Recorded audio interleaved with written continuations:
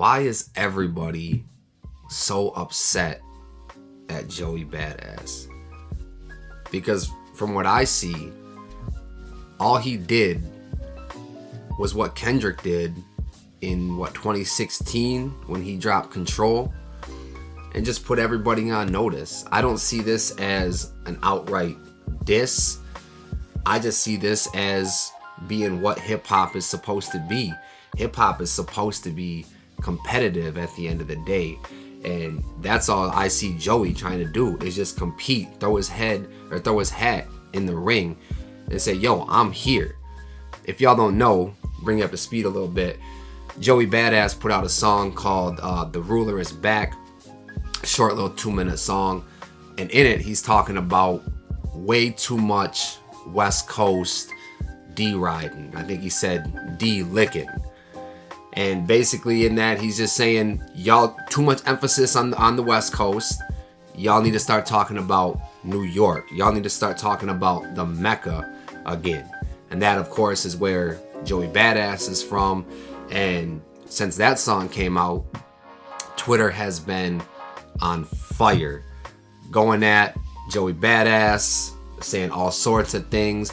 And very few people I'm seeing that are actually on Joey's side, which is real surprising. And even rappers are kind of taken aback by this and kind of feeling a certain way about it, which I guess you sort of should, but from what I'm seeing, they're not necessarily taking it how they should in, oh, this is a kick in the ass, now I need to say something back, I need to compete back, I need to punch back, whatever the case may be. They're taking it as more, oh, no, they're just disrespecting the West Coast, and I'm just going to sit here and tweet about it and not put anything on wax. That's definitely not the route to go. On the other side of that, I don't think the way to go is violence or anything like that. I don't think, if anybody is saying that they want to see violence on these hip-hop beefs, these rap beefs or whatever, I don't think those are good faith takes at all. And if they are saying that and they truly believe it, then those are people that I don't want to associate with or engage with at all. And then another side of it is we just saw the Drake and Kendrick Lamar beef, and it's rap beef in 2024 has taken on a form of just say whatever, and as long as the people believe it, then we'll run with it. There were so many allegations lobbed against each other when the Kendrick Lamar and Drake beef, and I said time will tell really who won this battle, because the truth will come to the light. A lot of people lobbying things is he say, you don't know necessarily what's the truth. And as we're seeing now, a lot of the stuff is starting to come to the light, and we're seeing a clear winner in Kendrick Lamar.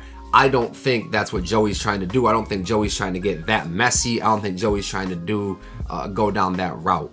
As I said earlier, I really think that Joey's just trying to restore the competitive feeling in hip-hop like Kendrick did in 2016. And I honestly don't see a big problem with it. The only negative or drawback that I can kind of take away from this is I don't think Joey is the guy for this message. Right message, not the right messenger, I don't think. Joey has never stricken me as the type of MC that I'm gonna put in top fives or like that new, big three conversation or anything like that. He's always held it down. I've always respected his work, but he's never somebody that I get super excited for when I see he drops a single or drops an album or anything like that.